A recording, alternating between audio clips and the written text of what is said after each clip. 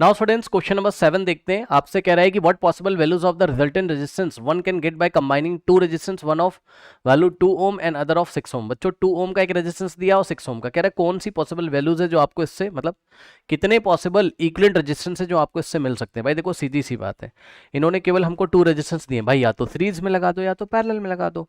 तो case number 1, अगर आप इसको लगाओगे सीरीज में, ठीक है बच्चों, तो ये लगाया हमने 2 ओम और ये लगाया हमने 6 ओम। अगर आपने इसको सीरीज में लगा दिया, ठीक है, सो R1 की वैल्यू होगी 2 ओम और RT की वैल्यू होगी कितनी, 6 ओम। तो यहाँ से जो इक्विवेलेंट रेजिस्टेंस आ जाएगा बच्चों वो कितना हो जाएगा, R1 प्लस R2, क्योंकि सीरीज में जो इक्विवेलेंट रेजिस्टेंस होता है वो इंडिविजुअल रेजिस्टेंस का सम होता है। ठीक, R1 plus R2 means R1 की जगह 2 ओम और R2 की जगह 6 ओम, यानी कि आंसर कितना आ जाएगा, 8 ओम। तो इस तरीके से केस नंबर 1 आप इस तरीके से सॉल्व करके दिखाओगे, thus we get 8 ohm resistance. Now case number 2 में बच्चों, केस नंबर 2 में आप दोनों को लगा दोगे कैसे, पैरेलल में। ठीक है, सो R1 की वैल्यू होगी 2 ओम और R2 की वैल्यू होगी आपकी कितनी, 6 ओम।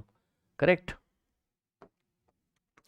बच्चों वाले क्वेश्चन है, मैं करके इसलिए दिखा रहा हूँ बिकॉज शायद किसी स्टूडेंट ने कुछ भी ना पढ़ा हो इलेक्ट्रिसिटी में, ठीक है ना, तो उनके कॉन्सेप्ट सारे क्लियर हो जाएंगे। ओके, ये देखिए बच्चों इस तरीके से ये पैरेलल में लगा दिया आपने ऐसे, V वोल्ट की बैटरी होगी यहाँ पर, प्लस माइनस, ये देखिए करेक्ट।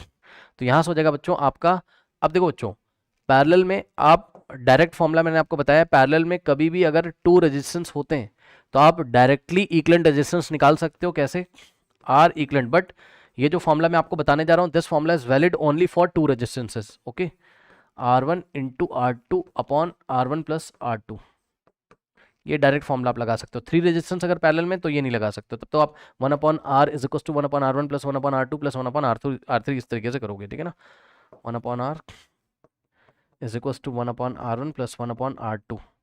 ऐसे भी इस क्वेश्चन को हम हैंडल कर सकते थे, करके दिखा दूंगा, परेशान ना हो। चलो इसमें वैल्यू रखो आप,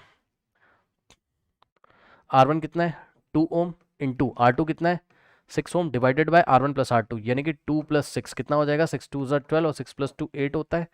ठीक है बच्चों, 4 2 8, 4 3 12, 3/2 कितना होता है 1.5 ओम। तो इस तरीके से 1.5 ओम आपका आंसर आ गया। एक बात और बताना चाहता हूँ कि सीरीज में जो आंसर आएगा, सीरीज में कितना आंसर आ रहा था 8 ओम, वो इंडिविजुअल से हमेशा ग्रेटर रहेगा, ज़्यादा रहेगा, मोर रहेगा। 8 2 से भी ज़्यादा है और 8 6 से भी ज़्यादा है, लेकिन पैरेलल में जो आंसर आएगा वो इंडिविजुअल रेजिस्टेंस से हमेशा लेस होगा। 1.5 आया है, 1.5 2 से भी लेस है और 6 से भी लेस है। ठीक, अगर आपको ऐसे नहीं करना था तो आप इस तरीके से कर सकते थे, ये देखिए 1 upon R is equals to 1 upon R1 plus 1 upon R2। तो नेक्स्ट स्टेप में हो जाता है आपके पास 1 upon R is equals to 1 upon R1, R1 कितना है 2 और प्लस 1 अपॉन R2, R2 कितना है, R2 आपका 6 है। ओके, फिर नेक्स्ट स्टेप में क्या हो जाता है यहाँ से 1 upon R is equals to, अब बच्चों देखो जरा 6 और 2 का एलसीएम कितना आ जाता, 6 को 2 से डिवाइड करोगे 3 आएगा, 3 को 1 से मल्टीप्लाई करोगे 3 आएगा, प्लस 6 को 6 से डिवाइड करोगे 1 आएगा, 1 इंटू 1 1।